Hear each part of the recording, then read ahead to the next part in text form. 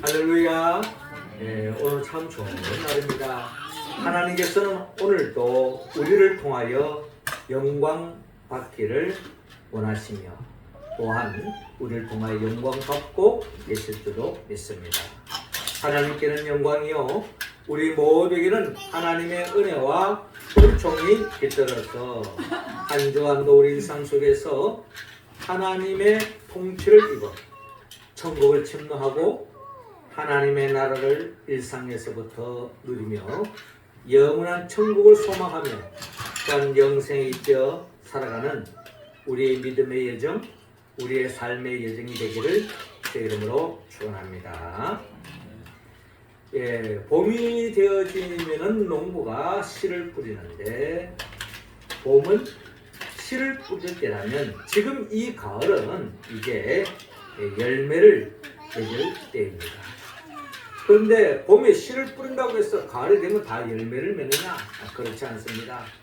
그 씨앗이 땅에 떨어져서 결국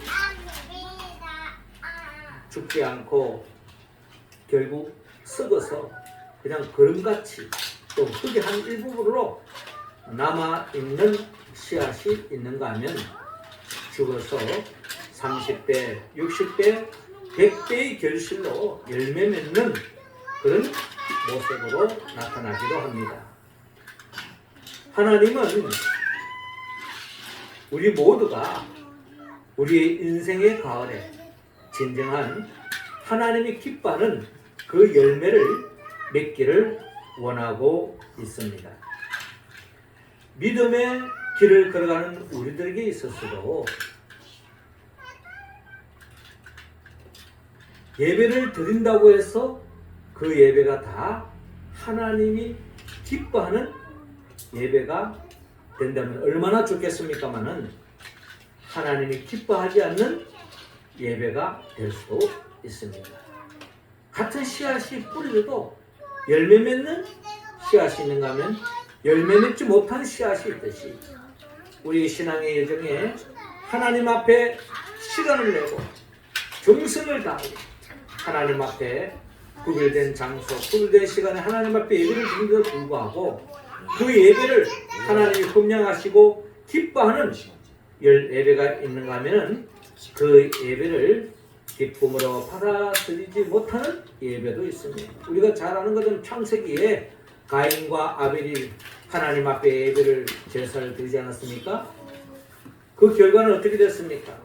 하나님은 가인의 제사는 기뻐하지 않았습니다. 그러나 아벨의 제사는 하나님 흠양하시고 기뻐하셨다는 것입니다.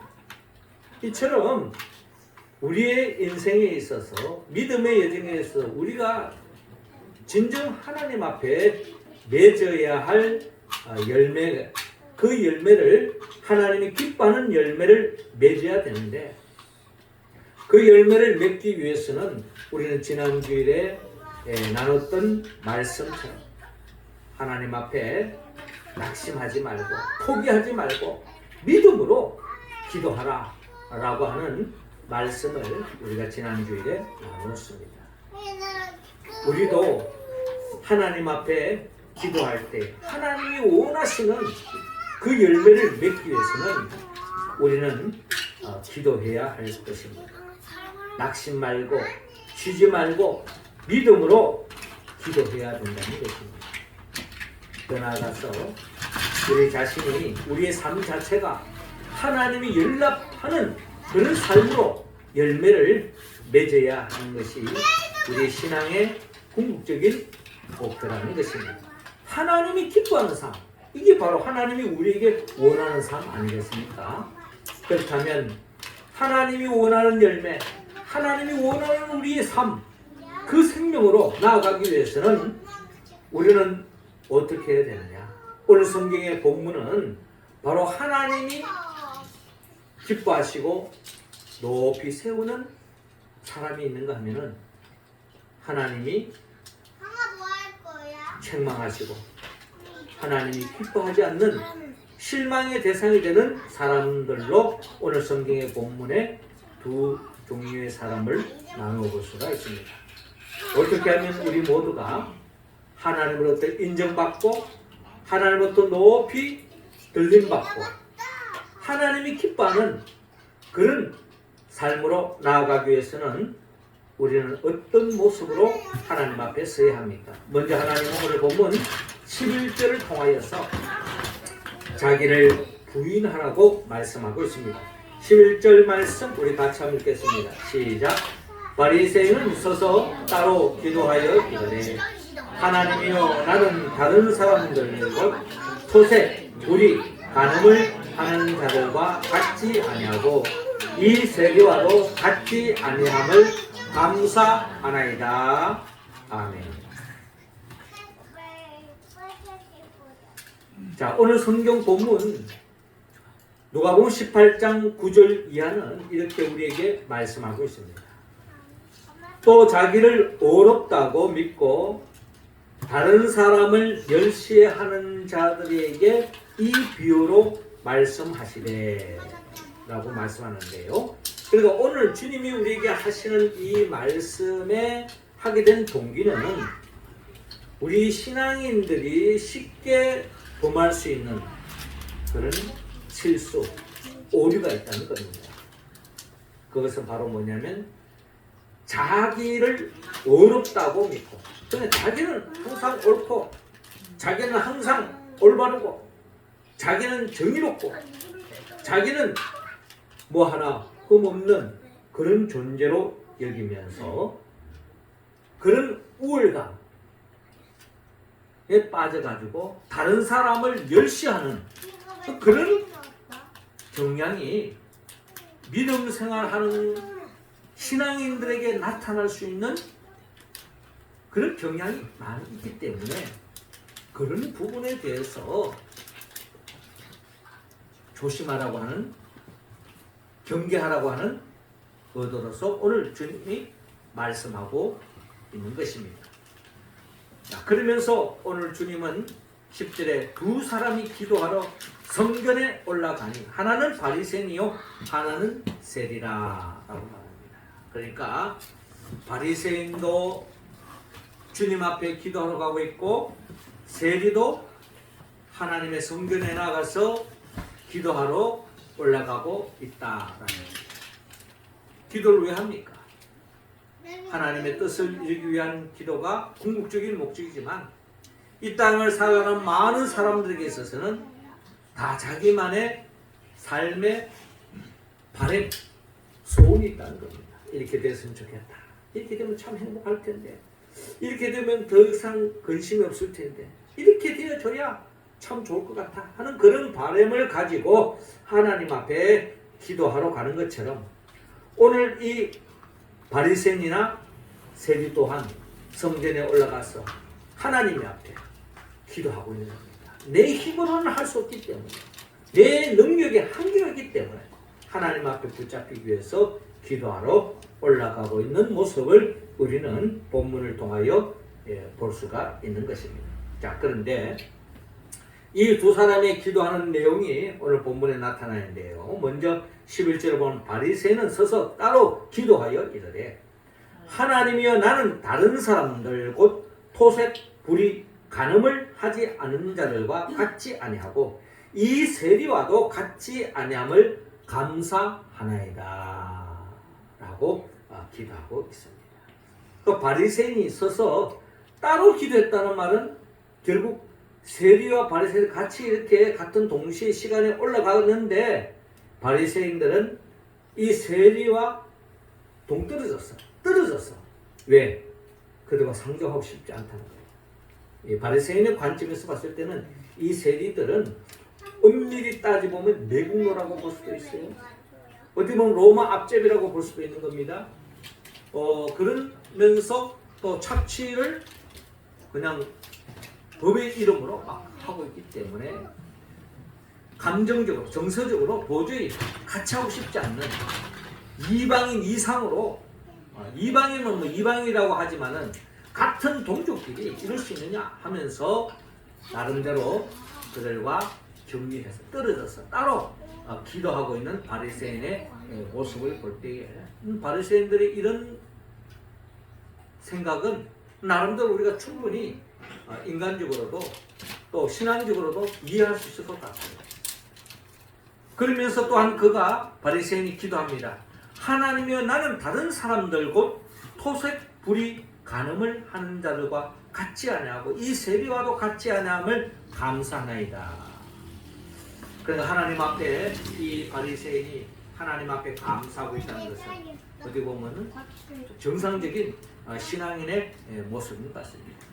그러면서 또한 하나님 앞에 그가 떳떳이 설 수 있던 것은 많은 사람들, 죄를 범하는 사람들, 죄인들, 엄청난 죄를 짓고도 권력을 잡고 자기 마음대로 하는 이런 사람과 같지 않다라고 하는 그런 자부심, 뭐 이런 게 있었겠죠. 또 세상에는 불의를 통해 가지고 토색을 통해서 사기를 쳐가지고 엄청난 부를 축적한 사람도 많이 있지 않습니까? 그런 사람에 비한다면 나는 정직하게 살았습니다 라고 할 때에 하나님 앞에 그러나마 고개를 들 수 있는 그런 나름대로의 근거가 될 수도 있다는 겁니다. 아마 이제 이 바리새인은 여러 가지 그런 것을 헤아리면서 떳떳하게 하나님 앞에 섰던 것 같습니다. 그리고 또 중요한 것은 이 세리와 같지 아니함을 감사합니다. 세리라고 하는 것은 그 당시에 어떻게 보면 나라 잃은 백성들의 입장에서 본다면은 그 당시에 통치했던 로마에 앞잡이하고 있는 이 세리들, 그들에게 충성하는 그런 모습이 곱지 않은 시선으로 보는 것이 그 당시의 정서였다는 것입니다. 그래서 그런 세리와 같지 않다. 또 그들이 그냥 법적인 이름 하에서 정당한 세금을 거두면 좋은데 그 이상 거두어서 자기 호주머니를 채고 있는 이런 모습에 너무나도 못마땅하게 여겼던 것이 바로 바리새인이었던 것 같습니다. 그래서 저는 이 바리새인과 같지 아니함을 참 하나님 감사합니다. 내가 힘들더라도 내가 어렵더라도 나는 정직하게 살겠습니다. 뭐 이런 나름대로의 마음 아니겠습니까? 그러면서 또한 이야기합니다. 나는 일회에 2번씩 금식하고 또 소득의 11조를 드리나이다. 소득의 11조를 드린다. 하나님의 것을 구별하여 하나님의 것을 드린다.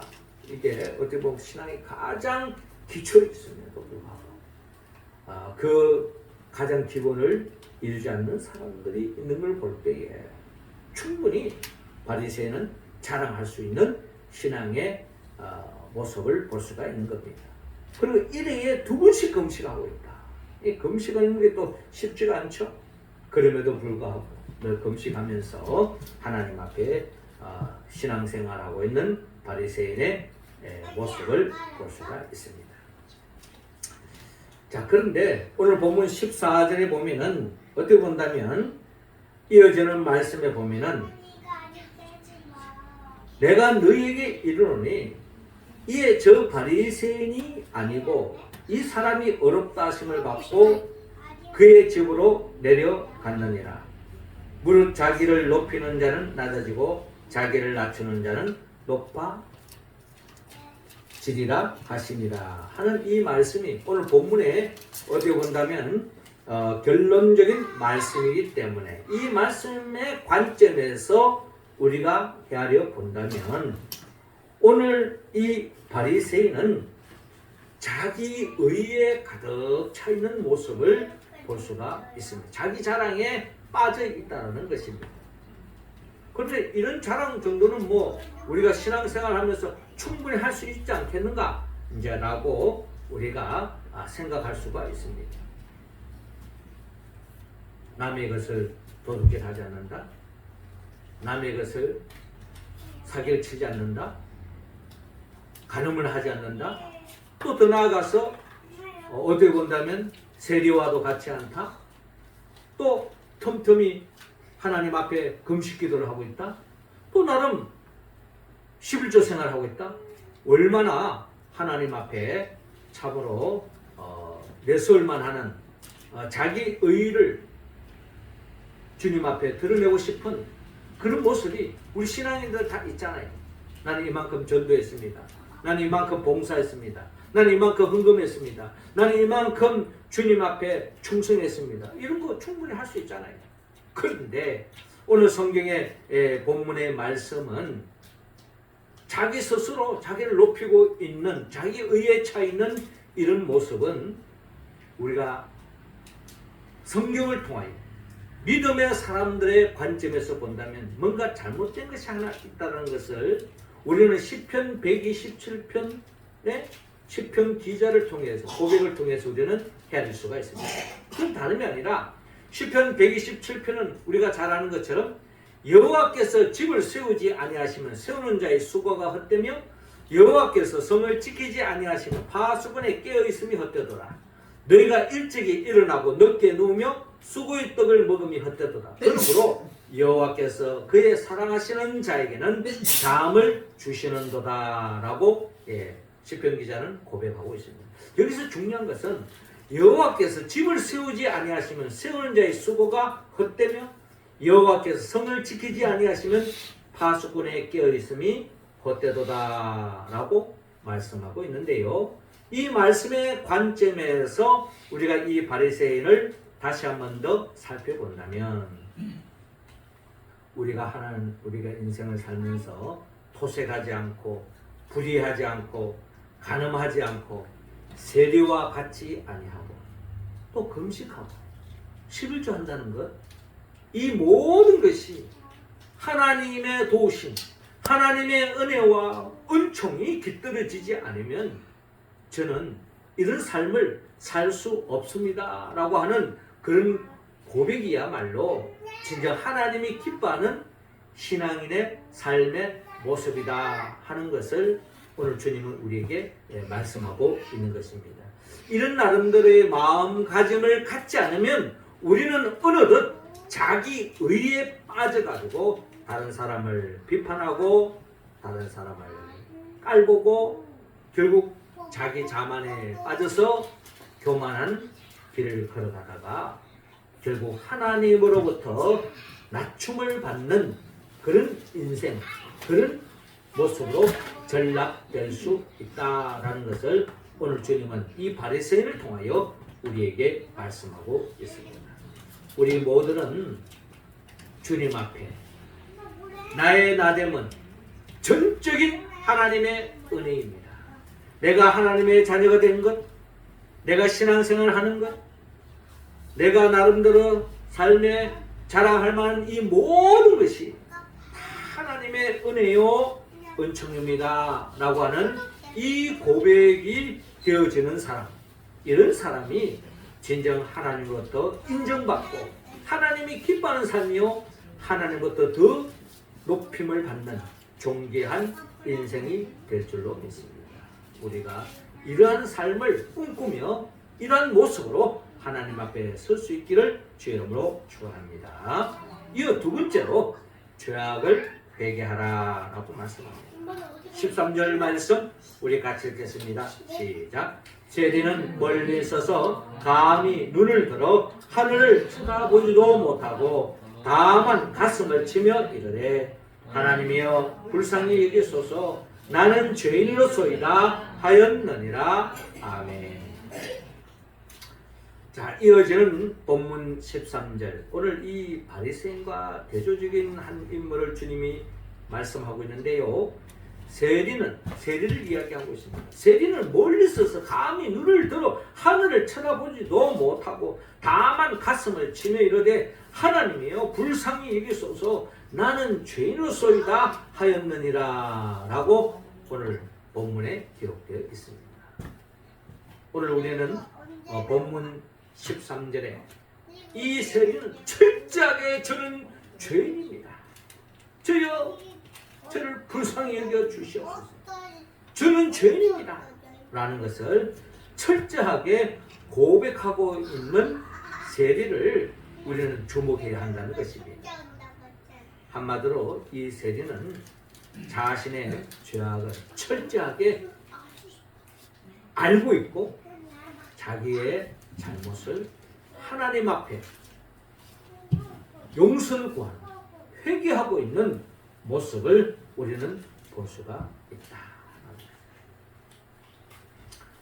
신앙의 건강의 척도는 얼마나 자기의 죄를 민감하게 보느냐에 비례한다고 우리는 이야기할 수가 있을 것입니다.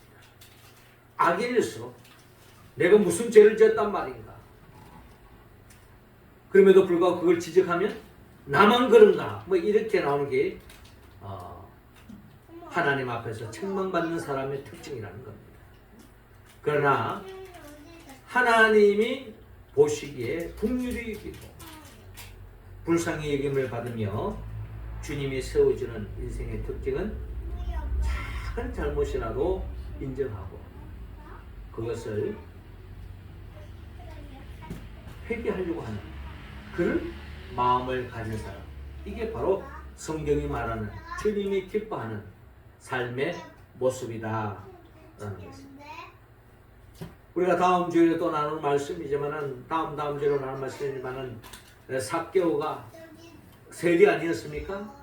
삭개오가 자기 자신의 잘못을 그는 인정했습니다. 주님이 삭개오 집을 방문했을 때에 그가 한 이야기가 뭡니까? 주여 보시옵소서, 내 소유의 절반을 가난한 자들에게 주겠으며 만일 누구의 것을 속여 빼앗은 일이 있으면 내 갑절이나 갚겠나이다. 이게 바로 하나님 앞에 구원받은 사람의 특징이다 라는 것입니다.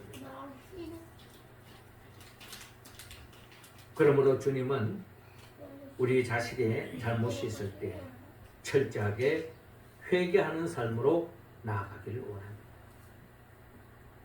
어떻게 보면 출애굽 여정 속에서 우리는 진정한 구원의 열매를 맺은 사람은 갈렙과 여호수아였을 것입니다. 그런데 출애굽 1세대 약 장정들만 해도 약 50만 명이 되는 출애굽 1세대들은 왜 다 광야에서 거쳐졌느냐? 그들이 광야에서 죄를 짓기 때문에 일리 있는 말이죠.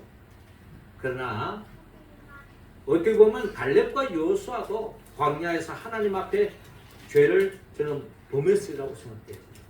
그러나 문제는 죄를 범했지만 거기에 머물러 있지 않고 철저하게 회개한 사람은 하나님의 살 길을 열시고 진정한 구원의 열매를 맺을 수 있다는 겁니다. 천국을 가는 사람은 이 세상에서 한 번도 죄를 짓지 않은 사람이 천국 가는 게 아닙니다. 그런 사람은 없어요. 성경은 분명히 이야기합니다. 그런 사람은 없다고 이야기합니다. 분명한 것은 지옥에 간 사람은 죄를 지었기 때문에 지옥에 간 것이 아니고 지은 죄를 회개하지 않았기 때문이요. 천국에 간 사람은 죄를 안 지었기 때문이 아니라 죄를 지었지만 회개했기 때문에 천국에 진정한 구원의 열매, 하나님이 기뻐하는 삶으로 열매를 맺었다는 것입니다. 그러므로 우리는 매 순간순간 주님 앞에 설 때마다 우리가 하나님의 말씀에 그쳐 내가 잘못한 것이 있다면 철저하게 회개하고 그리하여서 진정 주님으로부터 인정받는, 높임을 받는 그런 우리 모습이 다 될 수 있기를 주의 이름으로 축원합니다. 마지막 세 번째로 주님은 오늘 본문 14절을 통하여 겸손하라고, 주님께 겸손하라고 말씀하고 있습니다. 14절 말씀 우리 같이 읽겠습니다. 시작. 내가 너에게 이르노니 이에 저 바리새인이 아니고 이 사람이 어렵다 하심을 받고 그의 집으로 내려갔느니라. 무릇 자기를 높이는 자는 낮아지고 자기를 낮추는 자는 높아지리라 하시니라. 아멘. 그렇습니다. 바리새인은 하나님 앞에 자신이 의를 드러냈는데 급급했습니다. 그러나 세리는 자신의 부족함을 그 누구보다 잘 알고 주님의 긍휼, 불쌍히 여겨달라고 간구하고 자신이 죄인임을 인정하고 주님께 매달렸습니다. 결국 이런 세리를 하나님은 어렵다고 칭해 주었습니다. 그리고 더 나아가 하나님이 높이 세워주시고 인정하는 모습을 볼 수가 있습니다. 이 차이점은 바로 교만한 사람과 겸손한 사람의 차이점이다 라고 볼 수 있을 것입니다. 벼가 익으면, 곡식이 물을 익으면 고개를 숙인다 라는 말이 있는 것처럼 가라지는 고개를 숙이지 않습니다.